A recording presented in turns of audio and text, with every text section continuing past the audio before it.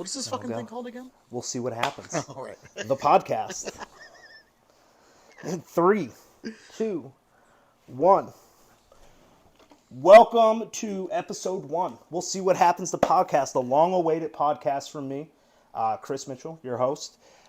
You've watched the intro video, so you know what we're trying to do here. So I'm just going to bring on my next guest, my first guest.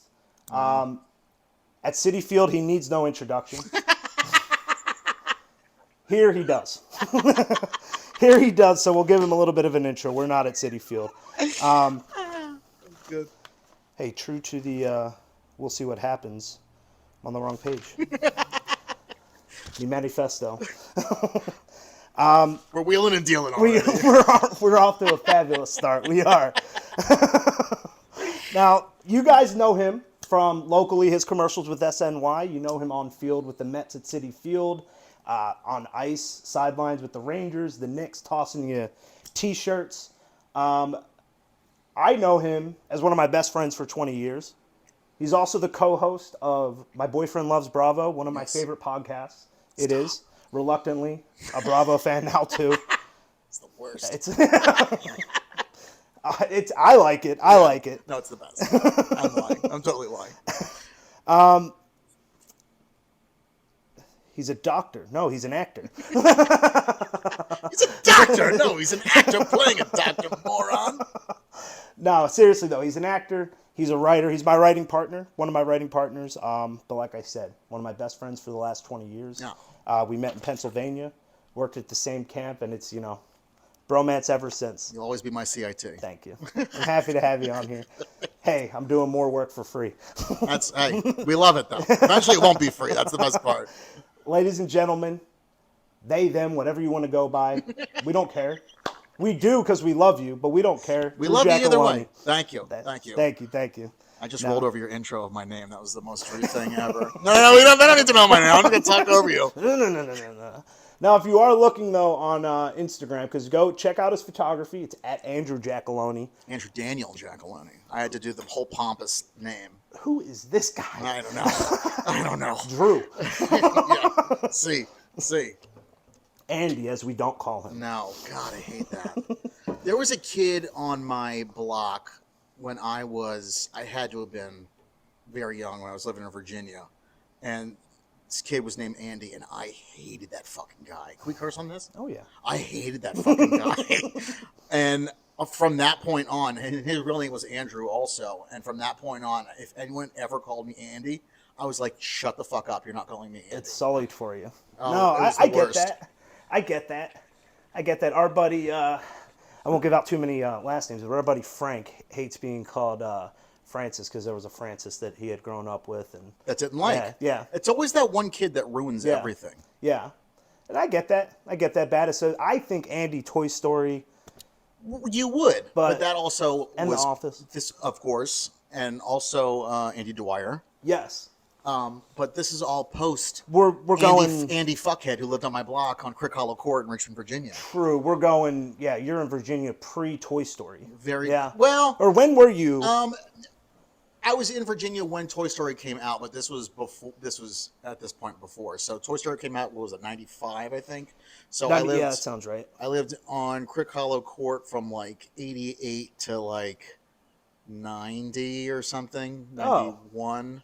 Okay. Something like that, and we moved to another place in Richmond. You go somewhere else in Virginia. Richmond. Okay. Yeah. Well, no, same town. We just moved houses. I guess my parents just wanted a bigger house. Gotcha. Okay. No. And when do you go to North Carolina now? This is middle school? Yeah, I moved to North Carolina in 1997, so I was 11. Okay, you're there 97. So elementary. It was like late elementary school. Basically. Okay. Yeah. And then you come to Pennsylvania, where I meet you into your junior year. Middle of high school. So they moved me to all the best opportunities, Yeah. You like friends? Yeah. Well, you're not going to see them again. Got news for you, buddy. Hope you can make some new ones. But you know what, though? It's funny. We joke, but like I've always thought, too, that you're the guy who could do that. Because that's a nightmare for me. I am outgoing. I like to say I'm an introverted extrovert. Though. Same. I don't necessarily do the small talk real well, but you're the No. guy who you can walk into a place, especially this era you, Yeah. especially Yeah. especially younger you, pre Larry David. Yeah. You know, you were a guy who you could, you know, I work with you at this camp, and you could have been working there for 10 years. You could have been, you know, Yeah. with these guys. I thought you and shout out Damien, shout out Depot. I thought Yeah. these are your friends, you know, since you were 5. Yeah. And by the time I met you, I didn't know Damien, and I had only known Depot for like 3 months or something when Yeah. I worked with him at Clemens. And in that time, you know, we just became such good friends. Yeah. But I thank you for that compliment, and I Yeah. think that the I mean moving, that. I'll take those flowers. Yeah. I'm working on that in therapy. Yeah. I'll take those flowers. Thank you. I'm going Yeah. to plant them and nourish them. But I think that moving around so much, I think that only made that the ability that I had to do that. It just sharpened that tool Yeah. because you kind of had to, right? So it was survive. like fifth-ish grade when I moved the first time, like out of the town that I was in. So it was like, you know, you're really starting to get a personality at that point and like have a social circle. So you're going to have to make all new friends Sure. for that. And then, you know, I guess it was my junior year of high school, then moved to Pennsylvania. So it's like now you're really like in the thick of it at that point. So to have to kind of uproot and then just start fresh, you Yeah. have to be able to make friends with people and just be able to bullshit with people. Yeah, no, that's true. That's very true. Because I'm even just thinking now, you know, 5th into 6th grade for me with Wissahickon going to just Wissahickon Middle School, going from the same district. It's at that time you're meeting new people. Yeah. And that's tough. I can't imagine, you know, go from Virginia to Oh my God. New state, that's new town. They didn't sell beer at grocery stores in Pennsylvania. yeah, because you know, 15-year-old you needed to worry about that. Well, very different in North Carolina than it was in Pennsylvania. I'll tell you that. Well, you know what? That's actually a good kind of segue here to a question I do have for you. No. Of all the places that you have lived, now also born in Louisiana, because why not? Yeah, don't hold that against me. I don't even remember that place. Parents are both New Yorkers. I am not a Southern boy. And you are a New Yorker. To me, you Yeah. are. You might as well be a New York Jew. You're like I say, you're a Larry David. You're Jerry Seinfeld. You're just Italian. But Well, I mean, half Jew, half Italian, basically. yeah. Well, so, that's you know, true. Right. I got all the best parts. You did, or worst, yeah. depending on how you look Who at you it. ask, what crowd you're with. Yeah. No, absolutely.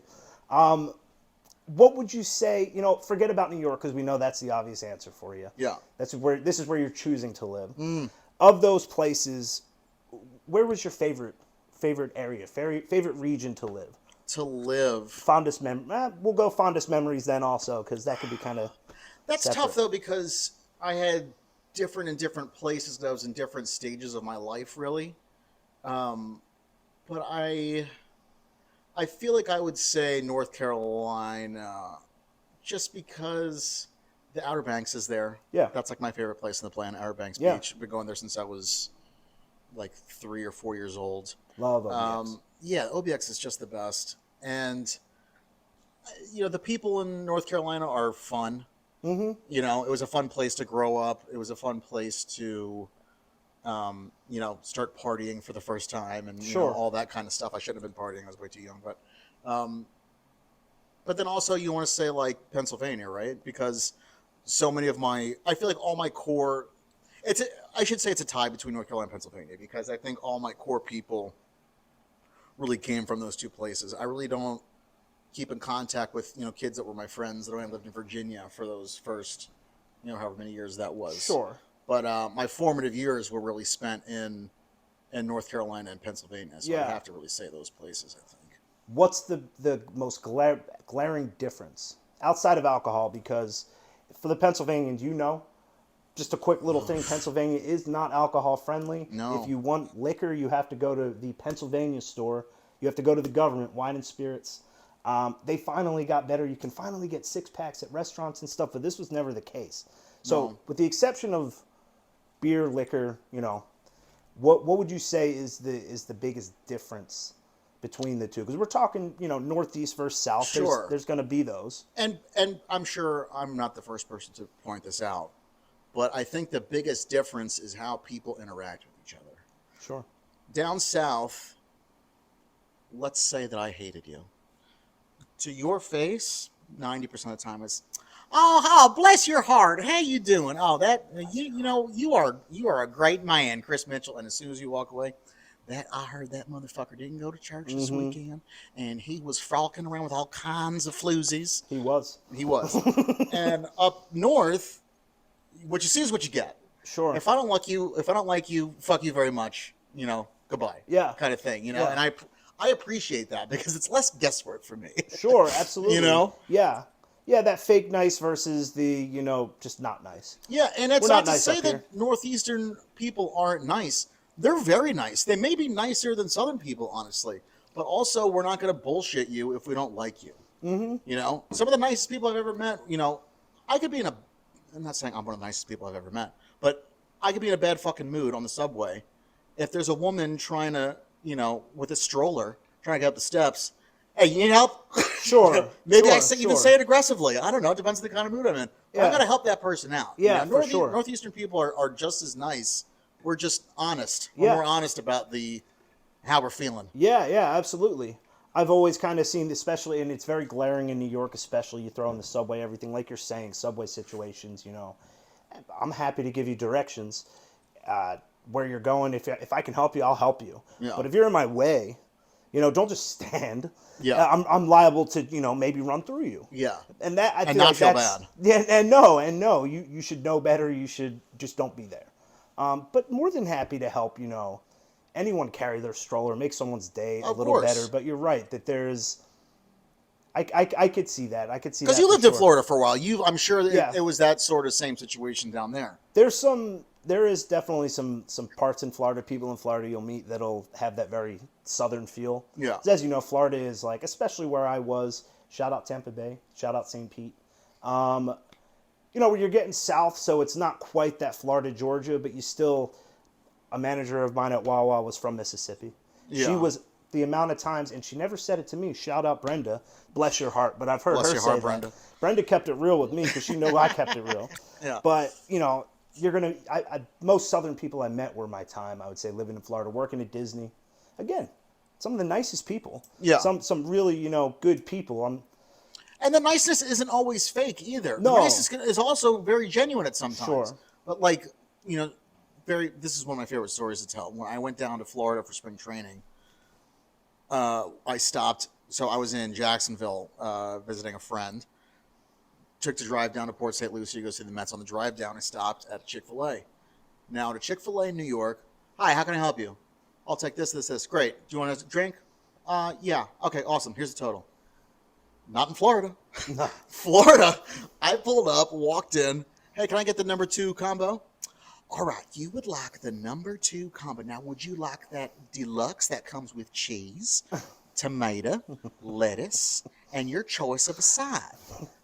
Yeah, sure. I'd like a deluxe, no tomato though. All right, now, would you like any dipping sauces? We've got all kinds of dipping sauces. We've got Polynesian, Chick-fil-A. Proceeds to go through the whole list. No, I'm good. Actually, yeah, and I'll take a couple Chick-fil-A sauces. All right. Now, could I also interest you? We have got some great milkshakes. We've got chocolate milkshakes. Goes through the whole fucking menu. This is like a 7-minute interaction with Lines this woman. stacking up. Legitimately, though. And it wasn't fake. She No. wanted to make my experience a nice experience. Make sure I had everything I wanted. When my food came out, she's like, can I get you anything else? Extra ketchup packets, some napkins. Very nice. Yeah, but she's thinking ahead. Yeah, but you're not going to fucking get that here. No. Here's your fucking number. Take your fucking food and get out. Yeah. Tell me Next what guy's you gotta want. go. You get what you get. Exactly. And that's okay. And we're used to that. And that's It's the pace. It's a faster pace here. for sure. And you would see, and especially in Jacksonville, because Jacksonville is just Georgia. Pretty much. Yeah, basically, It's essentially. the panhandle of Florida going all the way east is, you're going to get, it feels southern. Yeah. Definitely feels southern.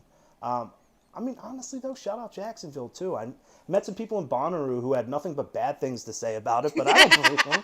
They were great people. I They said liked it. they said it was terrible growing up there. I'll take their word for it, but Yeah. every time I've driven through, hey, shout out Lil Duval, too, because I know you'll be tuning in.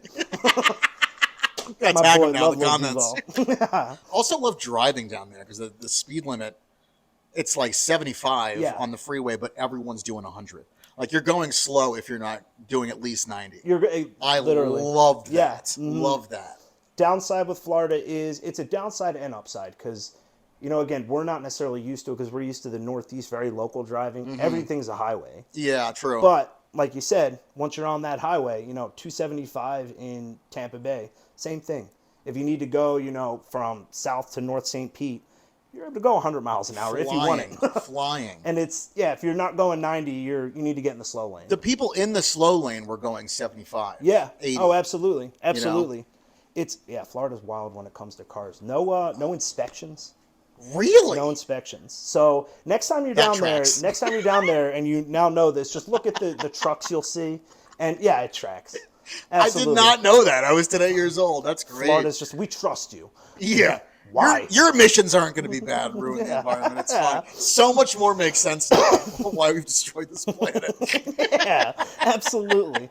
Florida's doing it, and this is pre-DeSantis. We won't even get into that, what he's done to that state. But because I love Florida, meth-fueled swamp with Disney in the middle, it's my spot. Yeah, it's great, but it's you can't explain. You know what?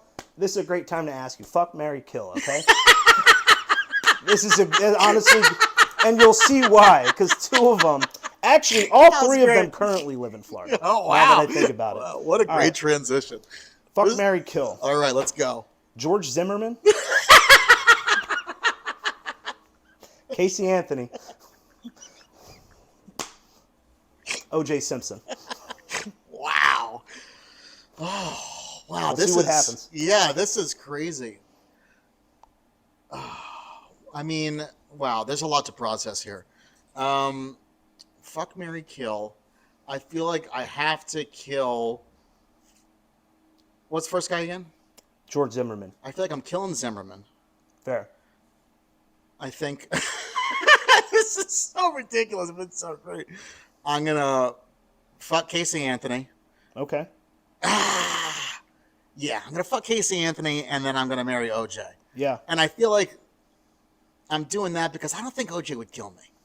I think we'd actually have a good time together.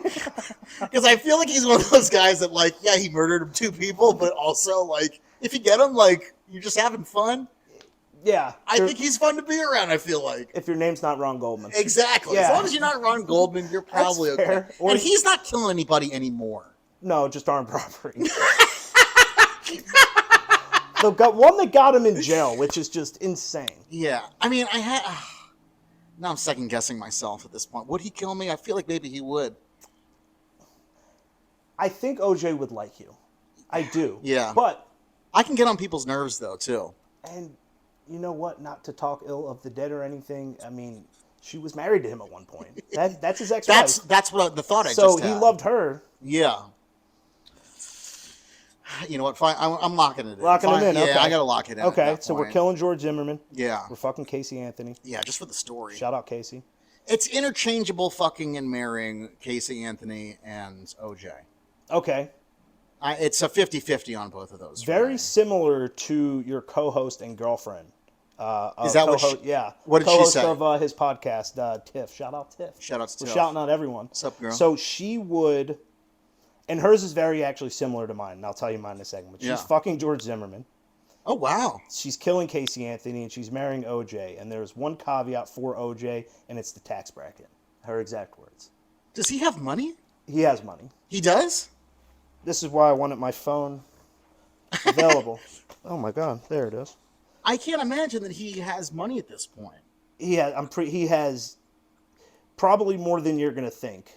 My guess would be less than a few mil at this juncture. I mean, I can't imagine a situation where he would have more than that. So, let's see. At least as of February, according to a court filing, he claims to have an estimated worth of $10.8 million Really? and a monthly income of $55,000. Okay, he claims that, but is that real? Wouldn't be the first time he lied. You're right. Yeah. Not known for his honesty. But boy, could he rush a ball. With all due respect, that man rushed for a lot of yards. He sure did. Now, me, and I have caveats. So, Okay. as I'm sure you could imagine, I'm marrying Casey Anthony. Yeah, you're a big Casey Anthony fan. Stand-up bit, come see me live. You'll see why. You already now know the punchline, but you won't see it coming. Just like her daughter, unfortunately. All right, that's not okay. I'm marrying Casey. Oh, God. I'm murdering OJ. Okay. Just because. Yeah, well, that was my thought with Zimmerman. Just, like, you murdered a kid, like, fuck you. Well, You're a piece of shit. Now, here's my big caveat with George and why I'm fucking him. Like Pulp For Fiction? your exact reasons you're saying. Yeah. Because I don't want to fuck either of them, but I don't feel a need to fuck OJ. Right. You know, also, you're fucking them. They're not fucking you. Exactly. So I answered too quickly. Exactly. I think yours is right. That's where my brain is. Yeah. I want to. I mean, again, I hate that we're towing a line of the consent non-consent stuff, but this is a game, people. Would never condone anything like you this. have but to answer. But George Zimmerman killed a kid, a 17-year-old kid. So fuck him. Would you involve Skittles? Now we're getting real dark. Figure out a way. I don't want to go as dark as my brain already is going. Not on episode 1. All right, so next question. Well, we're involving Skittles, yeah, for sure. That went exactly how it should have went. When I said we'll see what happens, this is what I mean. We'll see what happens. I'm coming in here every day. Getting canceled, episode 1. People, no one even knows you, no. But you're gonna get canceled. Negative followers. Well, you don't know this guy, but fuck him. And that long-haired fuck you had on episode 1. Oh my god. Ooh, I like her. Ooh. What decade do you most want to live in New York City? Oh man. Because I think it's of anywhere I've seen of just my bit of knowledge of history stuff. I feel like that the decades in New York are very on their own. Yeah. I feel like the 70s and 80s would have been a wild time to be here. And I feel like just to experience that would have been very interesting. I'm with that. And before it all got cleaned up. Yeah. The story I always tell is when I was a kid, I was in Virginia at the time. I was little, and my grandmother sent me.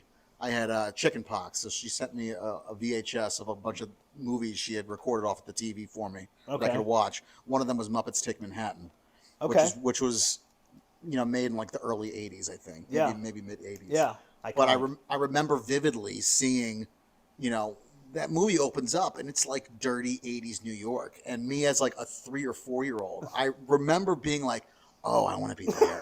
Oh, that looks fun. I want to be, that's where I want to go. And from that time on, I wanted to live in New York. So, I mean, I got to say, it would probably be 70s or 80s then, New York. That's great. 3 or 4 year old you just setting the tone. Literally. The guy's playing the saxophone in the subway, smoking a cigarette. I'm like, yeah, I need that in my life. Before Giuliani cleans up the streets. Yeah. I want that. I want the porn shops and the prostitutes in Times Square back. I'm with you for similar reasons. Because not a Trump guy, obviously. I know you're not either, but would I do coke with Trump in 1982? Oh, just for the story. At what is it, Studio 54? Yeah. You kidding me? Yeah, absolutely. I would have been there every weekend. And the coke was clean then, too. Absolutely. Yeah, well, cleaner. Yeah, cleaner. Yeah, absolutely. Stay away. Yeah, no, don't Stay away. Don't do it. It's not worth it. It's not worth it. Yeah, just for the story. Yeah. The story alone. Yeah. The stories that I'm sure have come out of that time period for so many people are just epic. Yeah. I mean, I've lived here since 2008, and by no means is it even close to as crazy of a place. It's a crazy place still, but it's not nearly as crazy of a place as it was in the 80s. No. And I have stories. Right. You know what I mean? Right. So I can only imagine what it would have been like, the lawlessness and wildness of 70s and 80s New York City. To set the mood for those of you who don't know or are not familiar, I mean, Times Square, we're talking a place you couldn't go. After certain hours, definitely aren't going. Yeah. Honestly, for the most part, not going with kids, because we're talking about, the peep shows and up and down the street. Yeah. It's Disney now. It's literally an extension of Disney, essentially, at this point. Legitimately That's is. the energy and the vibe. You've got people in costumes pretending to be, Woody and Buzz Lightyear and Spider-Man and stuff, getting tips. You know, it was not like those people have gotten fucking mugged in the 70s, 80s, Yeah. and had all the cash that they made for the day robbed from them. Hey, and if you don't know, also aggressive. These Spider-Men and women do not take pictures with them. No, they want money. No, from afar. We look from afar because it's hilarious. But also, if you're in Times Square, you probably deserve them harassing you because It's fair. anyone who lives here avoids Times Square at all costs. At all costs. At all costs. Honestly, I mean, I like looking at pictures of Times Square. I think that the shot is iconic. Anymore at least, I don't have that feeling when I'm there, though. It's not that Disney feeling of like, oh, wow, I'm in the center of the universe. Right, right. Oh, God, there's so many people. Yeah. Like, am I going to catch something? no, you honestly could not pay me to do New Year's in Times Square. You couldn't pay me.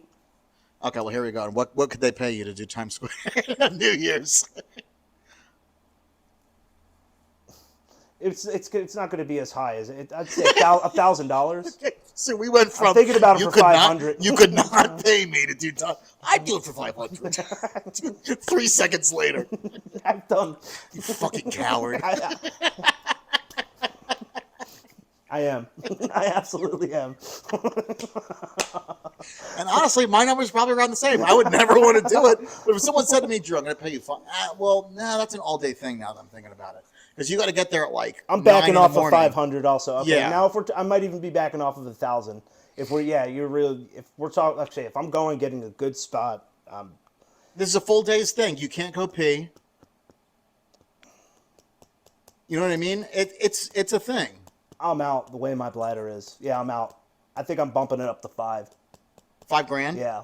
If they give you $5,000, More than you I'm would do thinking it. about it. Yeah. So someone comes to you tomorrow. They're like, Chris Mitchell, we are running this new promotion. We are going to give you $4,000 to go stand in Times Square from 9 o'clock in the morning until just after midnight here on New Year's Eve. Will you accept this offer? You're telling them to go fuck themselves? You're a liar. I'm not burning bridges. I'm not telling him to go fuck himself. I'm getting back to him though. I'm tabling the offer. I'm seeing what if I could if they're willing to do 4, they're willing to do 5. Okay. And I know you're thinking if you're willing to do 5, you're willing to do 4, but Yeah. you're wrong. All right, that's fair. I think that's a fair enough assessment. I'm thick-headed enough Yeah. to Yeah. turn down $4,000 for 15 hours in Times Square. Aren't we both? I don't think we're wrong though. No, it would be miserable. No, miserable. Favorite New York pizza spot? I'm so bad about this because I never remember names of anything. Well, hit me with some areas. I might even be able to think of them for you. Well, look, let me just tell you. I can tell you my favorite one recently, Yeah. and that's the place that's we went the other day, Bellucci's. Yes. Andrew Bellucci's here in Astoria. R.I.P. Andrew Bellucci. R.I.P. He passed Andrew away a Bellucci. couple months ago. Bellucci. Yeah. That vodka slice Yeah. is fucking delicious, and Yeah. really everything we had that day was delicious, and I was super impressed. Yeah. What else did we get? We had It was just like a regular classic margarita pie, I Yes. think. And then a vodka grandma slice, kinda- and then a grandma yeah. slice. And every single one of them were delicious. agreed. And probably the best pizza that I had had in a while. Agreed. No, I would agree with that. I would say that they're, at the very least locally, they're the best stop. If you're ever in Astoria, check out Andrew Bellucci's Pizza. Not to be confused with Bellucci's Pizza. There was a feud. I don't know what happened there. Andrew Bellucci moved down a couple blocks, and here we are. But again, R.I.P. He died Yeah. suddenly. It was a big loss for the pizza community, which is a real thing, because people care about pizza. I do. Honestly, even what makes New York so great though is that our corner spot, Yeah, Napoli's. Napoli's is fantastic. is one of, if I gave that slice to a lot of people that I know, even pizza snobs, they're gonna say this is a great slice, and yeah. you just have that option everywhere. Even your 99-cent slice is gonna be better than I gotta talk shit on Florida, than a Florida regular slice. 1,000%. And now so there are some areas around here, excuse me, that do have good pizza. Like, I think that we were blessed to have Palermo's Pizza in Yes. Bluebell, Pennsylvania. Yeah. Now, obviously, I love New York pizza, but Palermo's was really fucking good. Yeah. And I would have if I could get Palermo's today, not just for nostalgia reasons, I would still get it from time to time because it was that good. They got a great white slice. Their do. regular, their classic, just cheese slice is also delicious. Yeah. And the rest of the food on that menu it's my favorite sandwich. Like to date Yeah. is on that menu. The chicken pesto panini. Shout out Palermo's Pizza. God love you. I'm I was coming just back going to say, soon. I can confirm to this day, because I have been there. I'd say it's been over a year, but less than 3 years since I've been there, and still really Slaps. good. They've expanded. They've opened maybe 5 places since you've moved. Oh, I didn't know that. Yeah, I knew they're they moved all to a over bigger location. all over Montgomery County. So they're in Bluebell, Good they're for in them. Lansdale, they're in Royersford. They're in random spots, but they're doing well. The one thing I did hear about Palermo's that I was very disappointed to hear was that they got rid of the pizza magnet promo, They did. which was my favorite thing about them. Every time you would get a pizza at Palermo's Pizza, you would get a slice magnet.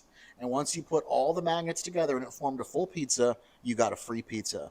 And it was the best because Yeah. everyone you knew had Palermo's magnets on their pizza Mainstay on my parents' fridge. forever. Yeah. And I heard they recently stopped that. They What did. the fuck is that? They did. They were allowing you to redeem them if you had them, but then they got rid of them. I mean, I don't know if, and if anybody knows, feel free, throw me a DM. If we Please. know what they're doing, if they're doing something else, because I always thought that was almost too good of a deal. It I mean, you can't are be. spending. So what I remember, at least back in the day, what it was is that the equivalent was something $10 or $15 per slice. So, and I want to say, so there's 8 slices in a pizza. So I think it was either 6 or 8. I want to say it was 8 that you had to get. So you are spending almost $100 and you're getting a free medium pie. So that's fair. That is fair. I mean, the markup alone on pizza. It's How much does it phenomenal. cost? You know this better than I will. What's the like the actual cost to make a pizza? I mean, around $1. So I mean, they're not losing money. No. You know what I mean? If anything, it's making Cheese more is your people most come expensive back. component. Yeah. Yeah. So what are we doing? What are we cutting corners for? No, that's fair. Too much aggressive expansion. That's what it is. That's fair. That is fair. You know what though, and I've always Love that So- we're going into the business model plan Of- of Palermo's Pizza in Bluebell, Pennsylvania. What a banner episode 1 for you. this and more. Jim Cramer's got you for stocks on MSNBC. We've got you on business models of local pizzerias. Because as I was just gonna say, also, Tony and Joe's in Conshohocken, where I've worked. Another shout out, Mona Talley, one of my favorite pizza owners, one of my favorite bosses I've ever had. Now, he's never been about the promos either. Now, No. this is a place. I hate to even bring up Dave Portnoy, but for the people who value this, he did Yeah. value. He gave. I want to say Tony and Joe's a 7.8. That's good. That's a Which good is a score. good score for him. It's a good score. It's a good score. That's a good score. It's a good score. Now let me go beat my girlfriend. He said That's it. a not great me. Dave Portnoy impression. Believable. That's what we go for. He was never. Now he being owner of Tony and Joe's Pizza, I've always said that was my favorite pizza. Partial bias there because I did just love the place. I love him, but the pizza itself stands alone. Yeah. I always said it's the best pie really in the Philadelphia area. I'm talking plain pie. Never did promos. He never did, so a great promo and a great pizza place, Franzone's in Plymouth Meeting. They do something called Beat the Clock on Mondays, where the time you call starting at 6 o'clock is the price of your pizza. Wow. It's a great deal.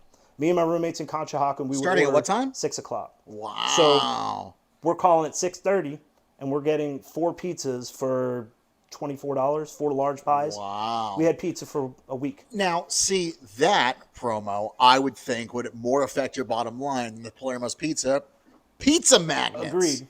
Bring back the pizza magnets, Agreed. Palermo's. And you know what? And this kind of goes to your point because I was going to say They're closed down now.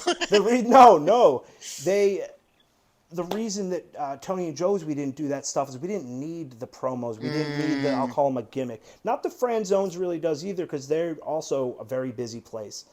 For those who don't know, they're more of it's like a boardwalk style pizza, the sauce on top, sweeter sauce. Good, very good. But we were such a small operation. Tony and Joe's is such a small operation and busy in itself that you throw something like that in there. I mean, we only had enough phone lines on Fridays and Saturdays, Yeah. There's only enough me and someone else answering the phone. We just couldn't, not that we couldn't handle it, but didn't necessarily need to. We didn't need to give you a discount because you were going to get the pizza anyway. Yeah. Which And I don't think he wasn't a greedy guy. Like I said, I thought he was one of the best bosses I've ever had. He's a great owner. He cares about his people. He cares about the food. I mean, but then, yeah, to your point, like you were saying with Palermo's, it doesn't slow down service. Yeah. Because I'm always focused, and I understand if restaurants are looking at their service side too. That you can't just do. So I've worked for. I won't even say their name. Give them the pleasures. That Jaffe giant, that coffee giant. When they would do BOGO happy hours, that they weren't staffing more people. Right. It's just Mitch. Yeah. You got this, right? You're good, right? We ordered a bunch of stuff, and then there's the drive-through, and you're dead. I mean, there's that kills you. That kills you in service, because now not only are more people coming, they're doubling their order. You're right. So like that just kills. So I get why a place wouldn't necessarily want to do that. That they just say, we don't need to do that. Mm-hmm. Yeah. But someone at Palermo's, get back to us. Yeah. Let us know. Get us some merch. Yo, I would rock that shit every day. If I had a Palermo's t-shirt, they don't even have merch, do they? They need merch. Back in the day, I can imagine a t-shirt they used to wear that was really cool.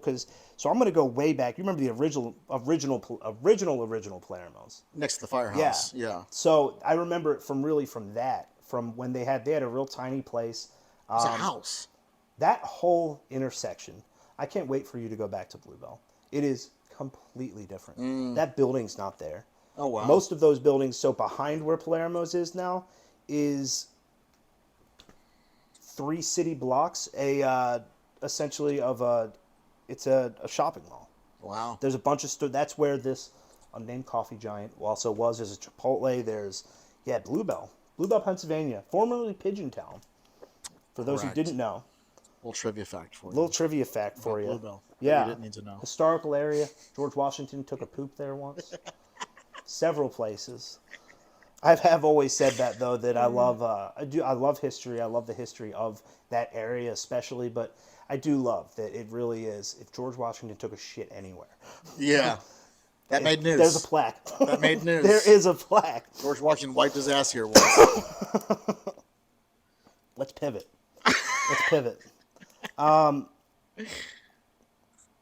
Let's talk baseball, because we have to. Oh, yeah. Now, for those of you who don't know, for those of you, just tuning in, you don't know these two beautiful faces. Phillies fan, Mets fan, NL East rivals. We were former co-workers. He hooked me up a job with the Mets.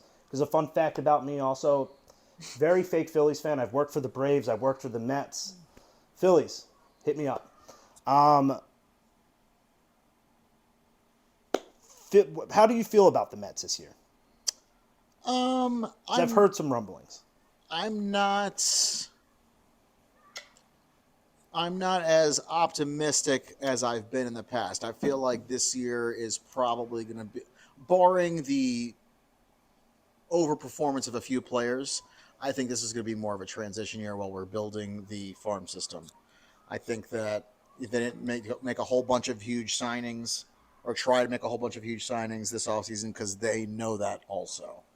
And I'm okay with it. People are acting like, everybody wanted David Stearns, the GM of the Mets. Everyone wanted David Stearns to come and run the Mets. David Stearns came and ran the Mets and is doing things, and they're like, okay, but not like that. And I'm like, okay, well, you guys wanted him to come here and cook. Let the man cook for more than a year. Sure. And see what he makes. Sure. Let the guy do some stuff, pull some moves, do some trades. Sure. Build up the farm, do some drafting. Sure. This doesn't happen overnight. No. But Mets fans are simultaneously some of the best and some of the worst fans on the planet. We've talked about this before. There's crossover. We've talked with our buddy John Cahill about this also.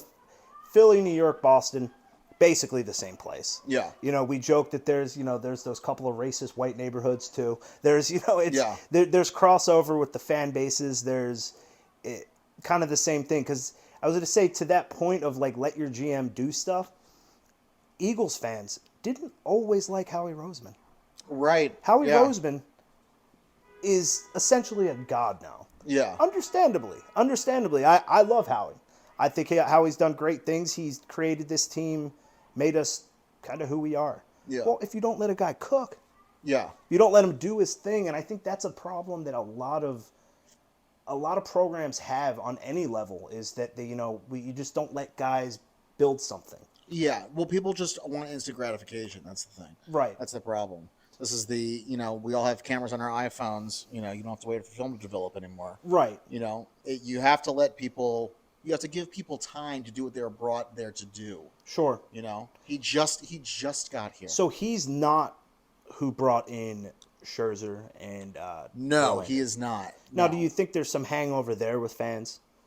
Because that's a win now. I was working there last year with you, and you know what? It was, I don't want to rub it in, and I do, but like that had to hurt. That had to hurt. I was there. This is one of the Mets' best seasons in history, and came up short. I think coming off of being in the playoffs the year before and exiting so early, shout out to Joe Musgrove for being a cheater. I think that the moves that they made by getting Scherzer, by getting, they had Scherzer the year before, but by getting Verlander. Yeah. This is an if those guys had been healthy, I think it would have been a very different story. But this is the risk you take by having older guys on your pitching staff, right? So when everyone got hurt, I don't consider last year a wash, because the way that Steve Cohen handles things is it's like a hedge fund, right? Okay, well this isn't working for me, right? I already spent the money. So now how can I maximize my return for what I've already spent, right? Sure. So he dealt away Scherzer, he dealt away Verlander, he dealt away other pieces, and paid all the salary. He considered it spent money. Yeah. And he paid 90% of their salaries to get back the other team's top prospects. Yeah. By doing that, he reinvigorated the entire farm system. Our farm system jumped up like 10 or 15 spots or something crazy like that after that deadline last year. Yeah. So, if you're an idiot and just look at surface level things, last year sucked and it was, we should have done much better. But if you look at the stuff that's not in the box scores and the moves that were made, you're happy about what's happening. Now, is every prospect a sure thing? Of course not. But if you're getting top tier talent back for mistakes that you made spending wise, that's still a win. You're making in up my for book. it. Yeah. You're making up for it. No, I'm with you. I wouldn't be despondent either. If I was a Mets fan, I just would be. But I wouldn't be either, though. I would be disappointed, but I would be, like you said, things could have gone a lot worse. They didn't get nobody for those guys. No, they got a lot of top talent. Yeah. Then more than any league, honestly, your farm system's huge in baseball. Yeah. Even with the what's the opposite of expansion? The shrinking of the farm systems. It's still extremely important. Yeah. Baseball's a very much next guy up. Especially with pitching, especially with. I mean, that sucks. I hate that you feel good about it, but that's good for Mets fans. That's good for the Mets too. But I don't represent also the majority of, at least the Mets Twitter, we'll say, right? That's just a toxic, horrendous place that I try to avoid because people are crazy. Sure. Now, the one fun thing that I think is coming out of Mets Twitter is apparently now they're going to try and pull what the Philly fans did with Trey Turner last year, giving Trey Turner standing ovation when he was playing like absolute dog shit. Yeah. To get him to be like, hey, we love you. Yeah. Go out there and do your best. That's all we want. Yeah. Right? And then he went on and hit like 360 the rest of the year, whatever it was after that moment, right? Yeah. There's a big movement now online for Mets fans to do that when they come home and Lindor gets up next, is to give him a standing ovation. How bad is he? He's playing terribly right now. Terribly. I mean, I think he's batting what my blood alcohol level was at one point in time in my 20s. Is it low? It's low. What is it? Let's see. You could legally drive. 0.075. See? That's rough. I mean, he's not doing well. No. Right? He had a home run the other day, I think, but he's not playing well. And he's a notorious slow starter also. 3 for 40. Yeah, that's not good. So and he's made comments and like press conferences saying, he's gotten very nice messages from players, coaches, family, you know, supporting him. He didn't say anything about fans. And I think that Yeah. was a very strategic and telling statement that he said that, Hey, another favorite sports moment between the two of us, Alec Boehm. I fucking hated here. That Yeah. worked too Yeah. in that kind of way that was obviously an accident. For those who don't know, Alec Boehm, Philadelphia Philly legend, love that flow. He was caught on camera after, and you know what? He deserved the booze. This was some errors in the field and stuff. He already wasn't hitting well. Yeah. And the fans let him hear it. I mean, As Philly fans tend to do sometimes. we're going to. Yeah. And sometimes it's not deserved. We've gotten much better, over the years. In the 60s, we threw snowballs at Santa. I mean, that energy's still there. But it's, they let him hear it, as I think you should. Now, these guys are humans. I'm not saying death threats. I'm saying people who do that are a level of scum. Special ring of hell for absolutely. people like that. Now, do I think that you can handle getting booed for making... Oh my What's God. Alec Boehm making? Let's see. I don't know what he's making, but I'm pretty sure much. Lindor's making like 300 mil, something like that, over the course of a 10-year. Let's see. We'll 10-year see deal. Lindor.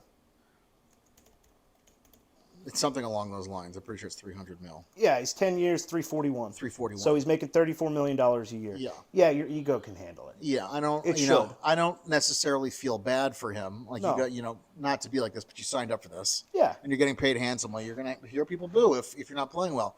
Do I think people should DM his wife? No. And say, which she's shared a bunch of DMs, like, fuck your fucking husband. I hope you and your kid die, like shit like that. No, you're an animal. You should not do things like that. But Yeah. if you boo a guy, I wouldn't boo a player, especially one that I know is a slow starter, and I know this isn't going to help. He's here for the next 10 years or whatever it is he's got left on his deal. I'm not Sure. going to boo that guy. Sure. Am I going to boo him in year 8, year 7 when he's playing like dog shit? Maybe. Sure. But not in Sure. year 3 of a 10-year deal. Right. You don't want him to sour on this place to the point where he's like, I got to get out of here. Agreed. And he's playing, even worse. So, The Boehm thing could have gone the other way. very much so. Because to your point, I'm like you. I wouldn't necessarily be the guy booing. Love booing, but I'm booing refs during basketball games. Yes. I'm booing other guys. Umps, I'm the trying other to, team. Yeah, absolutely. I want a home field advantage. I mean, I'll bring my loud voice, but booing your own guys, it's counterproductive. Yeah, I've always thought it makes no sense to me. That's who's calling in a sports talk. Well, that's who's calling the sports talk. That's a lot of Mets Twitter. These are the Yeah. people that don't have any time on their hands. And Right. they're literally living and dying by how the Mets play today. Mm-hmm. I'm not going to – if Lindor goes 0 for 70, I'm not going to let it ruin my day. I got enough fucking problems. I'm not going to worry about if Lindor's hitting right now. Sports fans, take a piece of advice right now. This is the biggest Mets fan I know in my life, okay? I've spent time at Citi Field. This is the biggest Mets fan that I know, and he is saying, relax. Yeah, pump the brakes, guys. Phillies fans, same thing. Relax. Yeah. Everything. This is supposed to be fun. It's supposed to be fun. It's summer. You can get frustrated if a team Yeah. doesn't do well, but don't let it ruin your day. Absolutely. Or DM a player's wife. No. My God, grow up. No. I will say, though, Crockett. That's Shout out Dave. DM'd Ben Simmons. And I'm going to end up butchering this, but it was essentially along the lines of "you a bitch." I mean, and that I'll approve. this was I'll this okay was that Ben one. Simmons. Yeah. Softer than baby shit. Legitimate. So that one I was kind of, for whatever reason, okay with also. Maybe it's because it's Dave and he's got a special place in my heart. And he can do no wrong. I mean, I love Dave too, but not as an outsider. Knowing that situation, I would have. Yeah. I don't oppose that. If you don't follow the NBA, Ben Simmons just gave up on his team. He was also paid handsomely. Kind of his career, really. He gave up on his career. He's wasting away in Brooklyn. I'm honestly surprised he's in the NBA still. Yeah. I'm surprised he's honestly not in China. He's still pretending that he's going to play, though, because he's under contract. So he's got to keep that shtick going. Yeah. Well, you know what, though? He's been a celebrity first. He wants to be a celebrity first. Yeah. I saw that when, nothing against the Kardashians, but I always think there's motives, or I can tell the type of person who's with a Kardashian. Right. He wants to be that. Yeah. He wanted to be that, and I just knew that wasn't going to end well. I mean, and that's not going to fly in Philly either, of all places. No, definitely not going to fly in Philly. And He found the only place really it would fly because it doesn't fly in New York either. But as we know, I know the Nets are in Brooklyn, but are they in Brooklyn? Right. Also, no one really cares. That's the Yeah. thing. He found if he was with the Knicks, This would be a problem. this would be an issue. It would 1,000% be an issue. Most other teams, this is an issue. He really did, and I've never actually contemplated this until right now. He found the place that he found. Like, I'll be the other team. The Bermuda Triangle yeah. of the NBA. The Clippers 15 years ago, 20 years ago. Yes. You could have done that. You can't even do that in LA now. Yeah. Clippers, they have fans now. I would forget that Kevin Durant was playing in this city when he was on the Nets. I'd be like, oh yeah, oh right, Durant's here. Kyrie Irving. Like if I saw when him and Kyrie Irving were playing on the Nets, if I would have gone to a restaurant and seen them, I'd have been like, oh, they must be in town playing the Knicks. My first thought was not, they Kevin the Durant. Nets. Right. The Nets are a Jersey team to me. Yeah. And they will always be a Jersey team to me. Me too. No one gives a shit about the Nets here. And whoever says they give a shit about the Nets really doesn't give a shit. Hot take, their branding was better in Jersey too. 1,000%. The logo was better. The colors were better. It's so boring. Yeah. The Barclays Center is terrible. Yeah. It's a horrendous place to really watch anything. Yeah. Oh, I told you I was recently at a first-round Atlantic 10 basketball game, LaSalle University versus George Washington. LaSalle did win. They lost the next round. I was lucky that me and my dad found $20 tickets because it's the Atlantic 10. Right. The Atlantic 10 first round of the tournament on a Tuesday. The business person special. We were legitimately, these were outside of the tickets you got me for the Knicks when you were working there. And me and our buddy Damien, I could smell Derrick Rose, essentially, and I was trying. Ooh, I like her.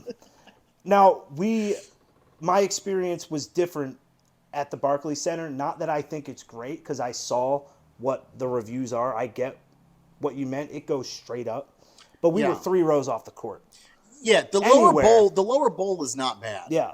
Because, you can't really fuck up the lower bowl. But it's and I've described this to you before, but the way that Barclays feels to me is that they thought they had, X amount of space to build an arena when they actually had a lot less. Yeah. And instead of fixing it, they're like, oh, we'll just go up. We'll just build up instead of out. And so the top bowl of Barclays, it's like on a slant. Like you feel like if you slip, you're going to fall and tumble down the stairs and over the top down to the lower bowl. It's my nightmare design. Very disconcerting walking down the steps to your seats in the upper bowl. And the acoustics are bad for concerts. I saw Bon Iver there. And that's unfortunate. It was a good show, but it just didn't sound great. Yeah. And I've been on the court there, and that lower bowl area. Oh yeah, what were you doing there? I did this high school basketball tournament thing that we were working. But the lower bowl seating area, you really can't fuck that up. No. And if you do, bro, shut it down. Shut it down. Shut it down. Shut it down. John Taffer that shit and You're shut gonna it down. get people sick. Yeah. You're right. If you screw up the lower bowl, that's really. But to your point, like I saw, this was a few years ago in the last years of RFK Stadium in Washington, and I felt the same way.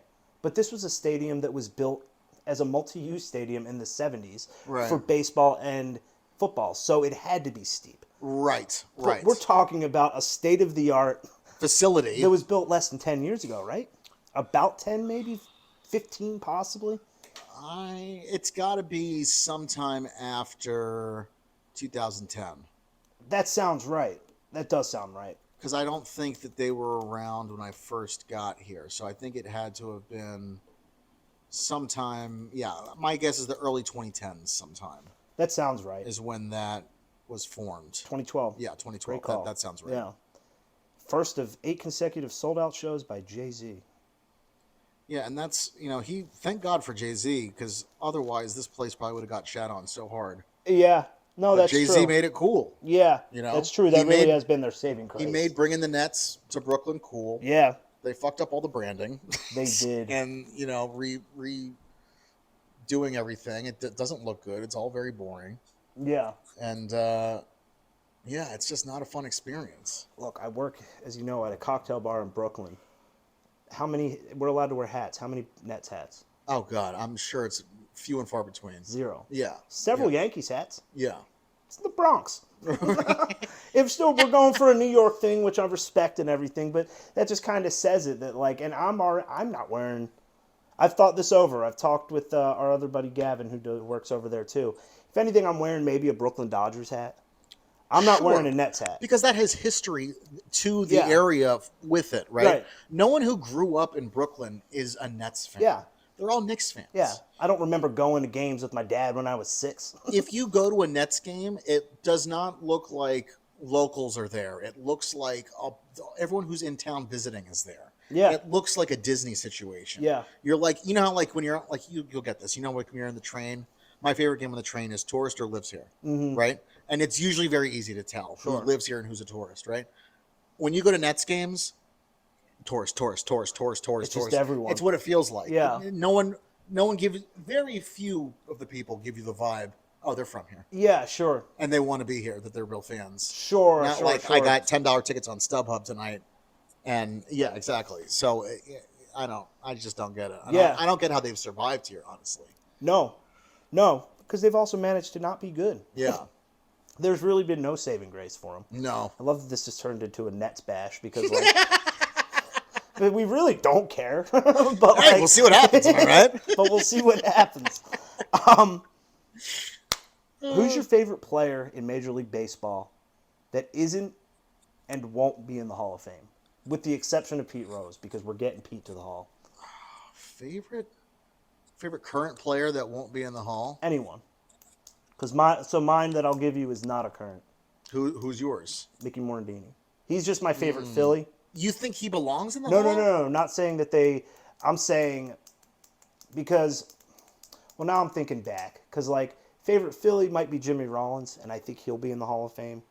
I guess I'm thinking more along the lines of who is a guy that you've always really, really liked. He wasn't necessarily the best, and I'll try to think of someone modern for. You know, it's hard to say with a guy today just because you never know. You know, even for example, Bryce Harper, who knows what happens. He will be a Hall of Famer, I but think Bryce is going to be a Hall of there's Famer. no 100%. That's my only thinking. I think that even if he will be. Who's Well, a good example? for me, someone who should that isn't, I would say Keith Hernandez. That's good. Keith Hernandez belongs in the Hall of Fame. Should have been there from the get-go, and for whatever reason, just never got in. Okay. I'll go off of your point, I don't think Jimmy Rollins is a Hall of Famer. And I don't think he's going to get in. I don't think his numbers are high enough on any front, honestly. Because if you're going by, like, defensive metrics, very few people get in just on that, right? You've got, like, Omar Vizquel. Yeah. You No, know what I that's mean? true. I mean, Jimmy Rollins is a good player. I hate that people called him J-Roll because it's not his fucking name. His last name isn't Jimmy Rollins. Agreed. It's Rollins. It should have been J-Roll. You guys are all fucking dumb. We had a Scott Rowland. And you had a Scott Rowland. When I moved to Philly and you guys were all calling him J-Roll, I'm like, who's this roll person that you guys are talking about? That's fair. He doesn't exist. This is a fake name. 264 average, which you know how I feel about average, but That's not going to get you into the Hall. 2,455 hits. 220, How many? 2,455. So That's not going to get you in the Hall. 936 RBIs, 470 stolen bases. Yeah, he's not getting in the Hall. That's fair. Isn't he already eligible to be in? So maybe then that's my guy. That would have to be my That guy. would have to be your guy, I think, because outside of that, I was going to say our announcer also and give a shout out to John Kruk. Because I think he's like a 300 career hitter. And he's not in. yeah, I don't think he had enough of a full body of work. Probably No, and that's what it was. he didn't play long enough. No, that which man. also I hate that. I too. agree. I agree. You know. But yeah, the first one that jumps out in my brain is him. Gary Sheffield.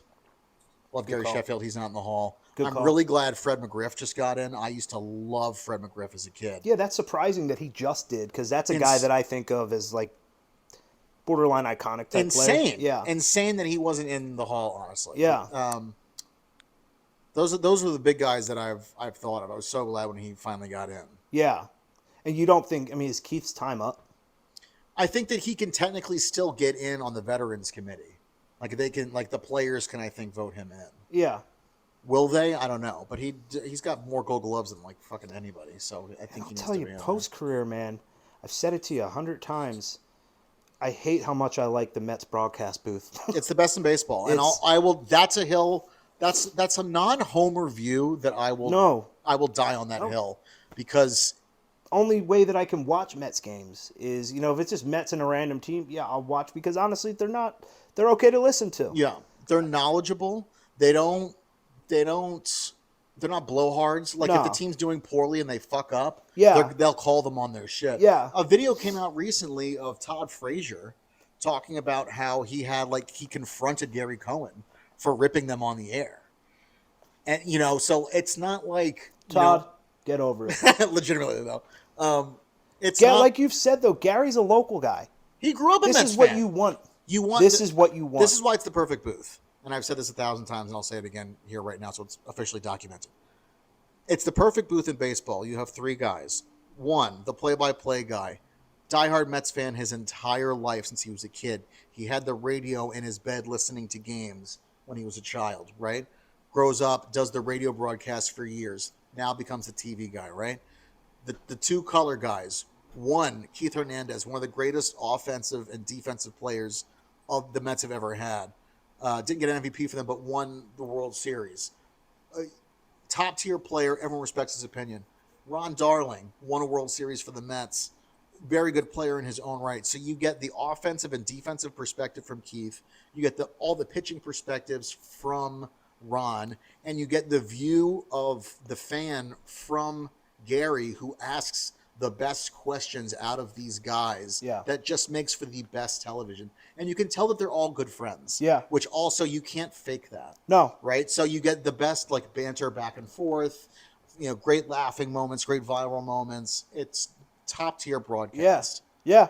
No, you're spot on with that. And I'm lucky to, I don't get to watch Phillies games, but we're lucky that Tom McCarthy and John Kruk, you can very much get the same thing. I love Kruk. Kruk's great. Kruk will just, I saw something recently. He was giving their sideline reporter, calling her the cowardly lion because her hair was all messed up because of the humidity. But you could tell that this was a banter between, she's giving it back to him. Yeah. Someone said Kruk's in midseason form. And he is. That's what we're showing up for. We want that kind of banter because you know what? Baseball games are 3 hours long sometimes. Yeah. You got to fill the air, and that's what you want to hear. You want to hear genuine conversations. I just hear some other places, their broadcasts, and it's like, I'm glad I'm not a U fan. It's tough. I won't name anyone specific, but and especially, obviously you get the Homer stuff. Yeah.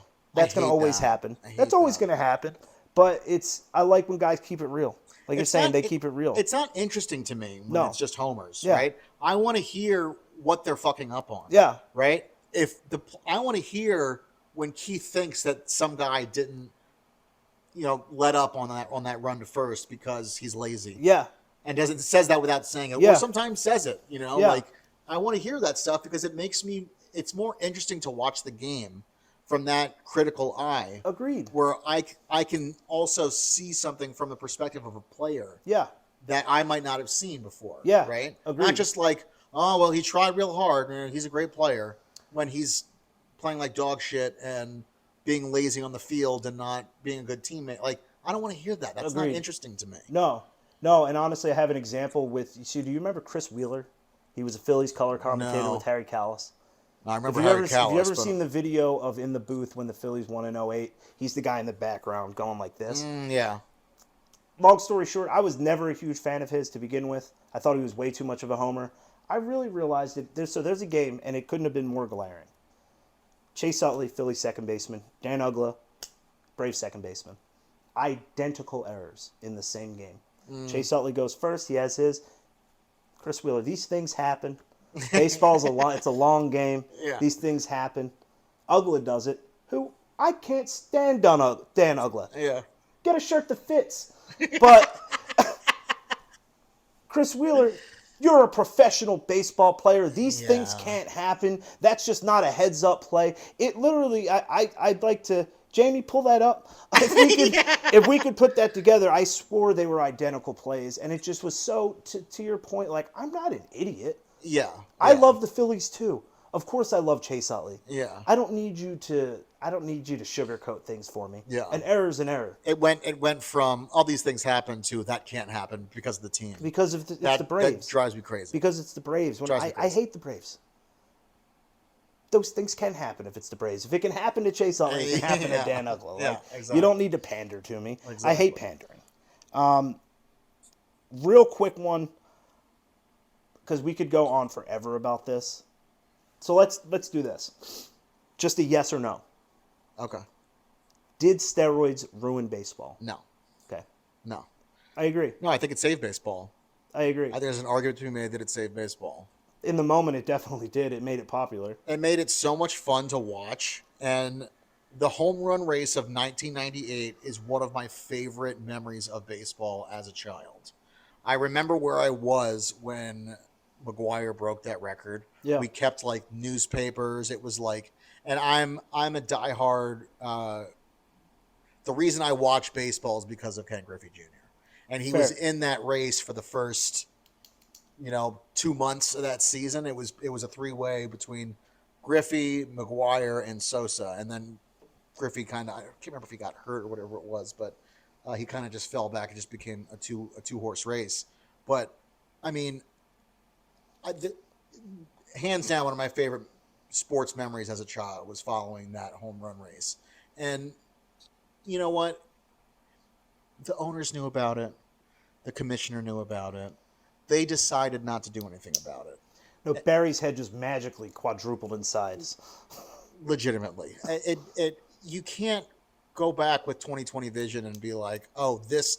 If you want to say something ruined it, then you need to say that the people that didn't do anything about it ruined it, right? Or the people that just went along with it and, ruined, that kind of stuff. Yeah. You cannot say that steroids ruined baseball because it was, after that strike in 94, it turned a lot of people off to baseball. Oh, yeah. The greed and all that stuff, people didn't really care as much. Yeah. That home run race really reinvigorated people to the sport. And I definitely think it's one of the things that saved it, honestly. Before we move on, do you agree or disagree with this, though? So I completely agree with that whole answer. I also don't think Barry Bonds belongs in the Hall of Fame. This one's tough for me because he's such an asshole. Yeah. It's fair. I think that if you take away him as a human, and I think there's a lot of people that could be in the Hall of Fame that aren't in the Hall of Fame just because people don't like them. Yeah. And I don't think that's okay either. So I think that with Barry, I think that Barry would have had a Hall of Fame resume with or without steroids. Yeah. There are people that I'm not convinced of that. I don't know if, not that he's in the Hall of Fame, but like, let's say that Jose Canseco ended up getting into the Hall of Fame. I don't know if he would have had the numbers without steroids to have been in the game as long as he was. Yeah. Without the steroids, right? There are some players I think that were products fully of steroids. Like I always go back to Luis Gonzalez, who played for the Diamondbacks, right? Sure. For years, that guy hit 15, 20 home runs. Then late 90s, he gets to the Arizona Diamondbacks, and all of a sudden, he's looking kind of big. And he had like a 50-something home run season. And at the time, because I was a big baseball card collector. Yeah. And he's a guy who, I knew his numbers because I had a bunch of his cards. Yeah. And when he hit 50 that year, I remember saying to somebody, that dude's on fucking steroids. Yeah. He's on fucking steroids. You can't tell me he's not. Rodriguez leaving Texas, coming here. Yeah, and I feel the same way and that's the thing too. I think that A-Rod, if he wasn't such a dick, I think he'd be in the Hall of Fame, and I think that he would have been I think he would have ended up with numbers without the steroids that would have warranted Hall of Fame consideration. I don't know if he would have gotten in necessarily. Sure, but not for nothing, David Ortiz, he was on a list, right? Yeah, true. And he's in the Hall. The Mitchell Report, no relation. Yeah. His name was on a list. That didn't stop him from getting in. Why? Because he's Big Papi. Yeah. Everybody loves Big Papi. Yeah. He's a good dude. Everybody loves. Yeah. Yeah. So That's fair. I think that if Barry wasn't an asshole, I think he could very well be in. I think that if A-Rod wasn't an asshole, he also very well could have been in. Because for me, it's, well, would they have gotten in without the steroids? 22 years A-Rod spends in Major League Baseball. And he was a dick for all of them. Every single one. My favorite A-Rod story, and I'll tell it everywhere because I hate the fact that people are like pushing him that he's like a nice, normal guy.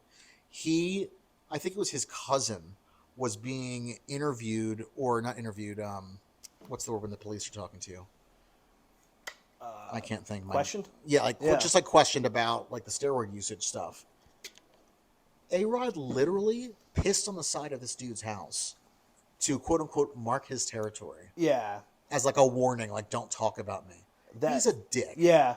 You're a dick. There's a really good Balco documentary that gets into it and shows that like the Netflix because one, right? because I was one of those schmucks that I'm like, no, I kind of like A-Rod. He's fun on camera. He's different than he was as a player. Once I saw this documentary, I mean, he thinks he's in the mafia. Totally. The way that they were running that situation, he's threatening people. He's That's why I get so mad when like he's on Shark Tank. Yeah. Like, oh, he's this great entrepreneur and businessman. No, he's a fucking dick. Yeah, right. You know what I mean? That's fair. I hate this. Like, he's trying very hard to reacclimate his image. Yeah. You know? No, agreed. And we won't get too much into it. We're seeing it this. We're filming here live on a Tuesday night. Vanderpump Rules is on. We both don't love this. This Tom Sandoval, apology tour. Yeah, it's but the worst. it's I hate that. Some bad people just deserve just to reap what they sow. Yeah, and I think Tom Sandoval is definitely one of those people. He absolutely Don't get me started on Tom Sandoval. No, that's why this would be this would be a whole other podcast. We won't get going. Wrap up baseball. Going to get into something else, and then we're going to wrap it up. So I appreciate you being on here. It's been good. Thank you for having me. Hope you guys have enjoyed it. I can't wait to come back when we get paid for this. I know. And not a minute sooner. I got my time. You won't see me till then. 3 favorite Philadelphia Phillies all time. So I think for me, we talked about him earlier. I've always loved John Kruk. Yeah. I think he's funny. I think he was a good scrappy player. I love that he quit and retired in the middle of the game. Yeah. That's probably one of my favorite John Kruk stories. He was like, I'm getting one hit and I'm fucking going home and I'm calling it. He was out. He was out before the game was. He was at his house and showered before the end of the game, which is just, it's the best. That is. Loved him. I mean, this is more recent, but I love Zach Wheeler. I think he's the one that got away from the Mets. Yeah, you've said that for years. And I hated that he left and that we let him leave. I understood it at the time. Yeah. He was always hurt. We gave him a boatload of money. You gave him a boat, and I didn't think anybody was going to pay him that, including our GM at the time didn't think that, and he said it publicly, which was kind of stupid on his part. Zach, you're worth every cent. He is. I would have definitely brought him back. I don't know if I would have paid him as much as he got. Just because it didn't seem to be worth it because he was always getting hurt. But Zach, you're worth every cent. Zach, you're worth every cent. I'll say it here. I'm a Mets fan. You're worth every cent. I'm sad that he left. Well, I just love watching him pitch. I love watching him work. He's dominant. He's a fun dude to watch. Dominant. He's great in postseason. He looked great for you guys. Yeah. And that run that we all watched. Yeah. And always a blast with him. I'm trying to think of who a third one would be. I'll say this, just because I loved watching these two guys play. It's going to be a tie for me. So I lived in Philly suburbs from 04 to 08. So two guys I watched a lot of were Shane Victorino and Aaron Rowand. Ooh. I'll forever remember that Aaron Rowand catch where he busted his fucking face in against that fence. I love Scrappy. I took a piss next to him a week before that. You did. That's a great story too. He's drunk Aaron Rowan. Yo, Aaron, DM me. You owe me a drink. That was awesome. For 15-year-old me, meeting a drunk Aaron Rowan. Yeah. And then At a week urinal later, of all places. At a urinal, and he breaks the rules. Were and you starts directly talking next me. to you? Was he directly in the stall next to you, or urinal next to you? I'll give him this. He did leave the buffer urinal. Okay, you always had to leave the buffer. There was 3. He leaves the buffer, but he does the lean back. I'm And dead. he even like kind of glanced over, was like, I fucking hate these things, because we were at a charity thing. I don't think I knew what he was saying. I got what he was saying, but instantly in my heart. If anyone's gonna break the rules and talk to you at the urinal, give you the look over, you would want it to be a baseball player. You kidding me? If I don't respond, there's something wrong with me. Yeah, No, yeah. We're just 2 guys holding our dicks. Yeah, That's exactly. all. What a time to be alive. Yeah, those are both great though. Rowan, that was awesome. I've always loved like scrappy players that play hard, guys that run fast, people that Victorino will too. put the bunt down and try to move the runners and get that base hit from a bunt, stuff like that. And Shane always laid out. Shane was always hustling, and the Flying Hawaiian, right? Like those 2 guys, I would probably tie for the 3rd spot. Okay. Yeah. That's a great list. But so now that I said that, who are if you had to pick 3 favorite Mets players? Darryl Strawberry. Always a solid choice. Love a bad boy. Yeah. He's a good boy He's now. turned it around. No, he's a pastor now. That's the thing. I love a redemption story also. And boy, does he have one. He was set up for failure a little bit being here so young. It's New York City. That whole team, the stuff they did. Yeah. I mean, him and Doc were set up for failure. Failure. Honestly. I would have been probably doing the same thing. Have you read the book, The Bad Guys Won? Never. So I have a copy of it. You should probably read it. It's literally all about the 86 team, and some of the stories are hilarious. One of my favorite ones being that a lot of people think that they lost the first game 1 of the World Series against the Red Sox because they were all hung over from the flight from Houston. When they won the national championship, and I think it was an extra innings game in Houston, on the flight back, they did something crazy, like $20,000 worth of damage to the plane, to the point where the airline sued the Mets for the money. I mean, they were ripping the seats out of the thing. They were vomiting in the chair, like any wild shit you could think of. How can you be romantic about baseball? That definitely applies here. That's beautiful. But yeah, no, those guys were both definitely set up for failure because they didn't really have anybody looking out for them. And I think that by the time that, Keith, right? Keith was the guy who was the veteran on the team, and that should have been his job to look out for these guys, right? I think by the time that he figured out what was going on with them, because there was no social media back then, right? Yeah. So you really only have to gauge what you're seeing from them. Sure. I think that by the time, what it sounds like is that by the time he figured out what was going on with both those guys, Doc and Darryl, it was just too late. You're just into it too much. I mean, addiction's a hell of a thing. Yeah. It really is. You can't fault someone. No. You can't. No, it's a disease. I mean, we all make our decisions and all, but you can't fault someone. Yeah. So Darryl, Al Leiter. Love Al Leiter. Which I used to wear. That was my uniform with the Mets. I wore that Al Leiter shirt. Fans loved it. Yeah. And then Lenny Dykstra. God, love Not Lenny. so much anymore. Lenny, DM me. I'll bring you on. I'll have a conversation and everything, but I don't know what's going on. But again, I like an affiliate and a Met. An affiliate and a Met, and that was the thing. And he was here. Was he 86, right? Yeah. Yeah. Oh yeah. So, he was on the 86 team. And he was on our 93 team that unfortunately did lose. But I mean, he was on some great teams. This was a guy at the top of his game. He's a guy who you could even have a conversation. We'd have to obviously look at his stats, but he's a guy that could be like a borderline kind of guy. He was an all-star and stuff, but he wasn't necessarily. Nails, right? Wasn't his nickname Nails? That sounds right. I think it was Nails. That sounds right. Again, a scrappy player, a guy that left it all in the field. Like he put his heart and soul into every at-bat, every fielding attempt, everything. We like effort. Big fan. Big fan of effort. Big all fan. Aspects of life. All right, so we're going to wrap this up with a quick little rapid fire. Nice. I've got some articles that I pulled up today. I'm just going to run through them. Oh, we're going in the news. Do you care? Do you not care? Weekend update style? No, we're not weekend update, but do you give a shit style? Yeah, exactly. Give me 1 second. I wonder You guys- what.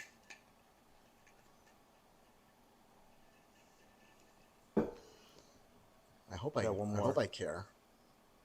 I probably won't though, if we're being honest.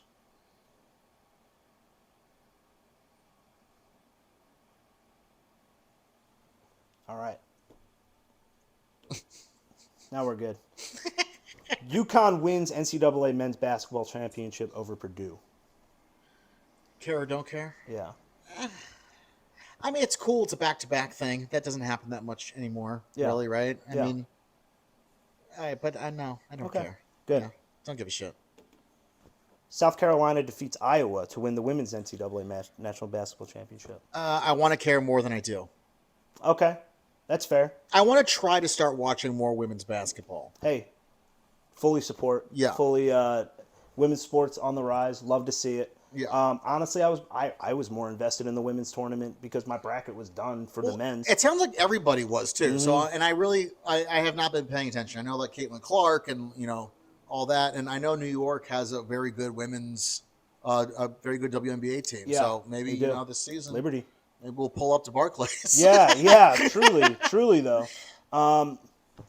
Morgan Wallen arrested for throwing a chair from rooftop bar in Nashville. So I immediately thought of what's his name from Indiana, throwing the chair. Bobby Knight. Bobby Knight. I immediately thought of Bobby Knight when I heard this. Love it. Good for him. Good for him. You know what? Who'd he throw it at? They probably deserved it. So, He sounds like a good guy. not to ruin the bit, but he threw it off of a second floor onto the street, like, not looking. Why? Because he was drunk. Just for shits and giggles, he for just shits threw it and off? giggles. He was just- Okay, that's He fucked was up. at, So he was at someone's new bar. He was at Did it hit anybody? Eric Church's new 6-story bar. He And I threw think it off a was on the roof. 6-story Yeah. building? It landed on the street close to 2 police officers. Wow, talk about bad luck. Yeah. So he's got 3 felony counts of reckless endangerment, 1 misdemeanor of disorderly conduct. 3? How do you have 3. 3 counts when you did one thing? Probably to 3 people. Who were the 3 people? The The cops? 2 cops, and there must have been someone close by. That's my guess. That's stupid. That's my guess. Did he hurt anybody? No. No, I'm with you. Could guy's- he have, though? I mean, Could've of killed course someone. he could have. He could Yeah. have. Yeah, good for him. Let him live his life. Morgan Wallen, we love it. We love it. Keep come, it on up. come on the pod. Keep it up. Keep Bring it me up. on. A man was charged with setting a fire at Senator Bernie Sanders' Vermont office. Care. This Put that is- man in prison forever. Agreed. Bernie needs to be protected at all costs. Take a bomb in the barn. Yeah. Get Yeah, rid of no. Put that man in jail forever. No chance of parole. Throw the key away. with ISO. you. Put him in ISO. I'm with you. Yeah. I'm with you. How dare you threaten Bernie? Joel Embiid officially signed sneaker deal with Skechers. I hate that so much. Nerd. Skechers are the worst. It feels weird. The shoes are kind of hot, though. Are Look at they? these. I kind of like those. Listen, Folks, look it up. Judge for yourself. Joel Embiid Skechers. I grew up in a time where Skechers were nerd shoes. Agreed. And they will all and you know if that's accurate or not, I don't know. But when I was growing up, anyone who had Skechers was a fucking nerd. Now, is that okay? No, it's not okay. Sure. Do the shoes look good? I don't. We grew up in a toxic time. You grew up in a very toxic time. Do I think the shoes look good? No, but also, if you pay me $30 million, I'll fucking endorse your ugly shoe. Sure. I don't care. Sure. I I'm don't with you care. there. I'm I'll with do you. it. So you know what? I think it's dumb, but good for him. Get your money, Joel. Why not? You're not going to get a championship, so Yeah. you might as well make some money off of some shoes. I'm with you. No, and I feel you with the nerd thing because That was the thing. Roy Wood Jr. has a great bit, a great comic about racism and how there's just certain things that they just have this tinge, and he does this for the bit, and that just there's certain things that it's just like, what is it Skechers. about that? Skechers have Because that it's tinge. Payless. How is many? what it makes me think. How of. many? And this again, this is toxic, but this is the time we grew up in. How many of the cool kids that Sure. you knew wore Skechers? My dad. And Not very cool. He's an accountant. But shout Great out to guy. Ken. Yeah. Fantastic dude. Great guy. But at school, Exactly. how many people and who were wearing the Skechers? None. Thank you. But you know what's funny too? Look at the comeback that Champion had. That's very true too, because Champion sort of had that. I don't want to say That was the like same. the off-brand. It was the off-brand. It didn't have the same stink as Skechers. Yeah, I agree. But it definitely was like the off-brand, like Walmart Yeah. kind of brand. Yeah. And you're right, though. They really, I don't know how they pulled that off, but they turned it the fuck around. They did. No, they really did. Yo. And Skechers is trying. I'll give it to them. They're and that's trying. the thing, too. I'd have to look into it, and we won't right now. But I wonder if this is their first deal. I mean, I haven't heard of anyone else. Maybe that's because they're just fucking nerds. That almost makes me appreciate it a little more even and care about the news story, I guess, a little more even if it's like a first. Yeah. So, yeah, okay. They're trying. Now, last one. All right. 3 presidents and not a necktie in sight. Are ties out of fashion? So, for some background, Obama, Biden, former President Clinton, where are the bodies? In New York at an event, all in suits. We're looking at the picture now, all no neckties. Do we care? This article is talking shit because none of them are wearing ties. Is that the question? Is that the gist of the whole article? They're not really talking shit. They're just asking, are ties out of fashion? Okay. And it's, well, I guess you could see it as talking shit because they're bringing it up. So to be fair, I don't care. Yeah. If you want to wear a tie, that's great. I think ties look good. I think they put a whole suit together. Yeah. But if you don't want to wear a tie, I don't think you should have to fucking wear a tie. Do what you want to do. Live your fucking life. This whole, like, you have to wear this to this thing, I'm not here for that. Yeah. And to be honest, I barely can tie a tie myself. Yeah. Don't care. I only can because of Catholic school, honestly. Yeah. And it's, when's the last time I've worn a tie? At a wedding. That's the thing. I never wear a tie. I have to Google how to put it on every time I wear a fucking tie because I never have to wear it. Even in my time in corporate America, we were business casual, which is no tie. Right. You're not wearing ties. Yeah. You're not wearing suits. I don't care what the president looks like, honestly. I don't care. And all that's out the door anyways. But, like, even go back to tan suit with Obama, everything. Well, they had to do anything they could to. Well, we got to have. Yeah. Obama, damn it. Well, and that's the thing, too, that it's like, again, and I'm an equal opportunity hater. You know, we'll throw Trump into the thing. I'm not making fun of Trump for gaffes, we'll call it, because whatever. There's plenty of other stuff to talk shit on. Yeah. Obama, I voted for Obama twice. Not afraid to say it. Am I embarrassed of the bombings, everything, how he wasn't necessarily what I thought he would be? Sure. But whatever. Yeah. Whatever. There was plenty of stuff you could have told me that you didn't like about him than his tan suit. When you start bringing up a tan suit, I think we're talking about something else. If that's your argument, then, Yeah. No, I'm with you. Not here for it. Yeah, don't care. Don't care. Okay. I could never wear a tie again. I'd be fine. Yeah. No, I'm with you. You could never wear a tie again. I'd be fine. They could never wear a tie again. I'd be fine. Sure. I would go on living just the same. So I don't think either of us is going to this event. They're not wearing ties. Wow, I'm offended. Yeah. I'm offended. No, if anything, it's actually, I kind of like the look because it's a little more laid back. You feel, I'm sure this picture looks like it was a conversation. Yeah. It's more, maybe I'm buying into it. Maybe, buying into the juice. But, like, I like a president a little unbuttoned. Yeah. Joe looks like he actually knows where he is, which is great. Yeah. Bill looks like he's staring into the abyss. Yeah. He's got a lot on his mind, God knows. Obama's just being Mr. Cool. And, Barack's being... How we doing, ladies and gentlemen? Yeah. He's just being the best. Love it. No, I love it.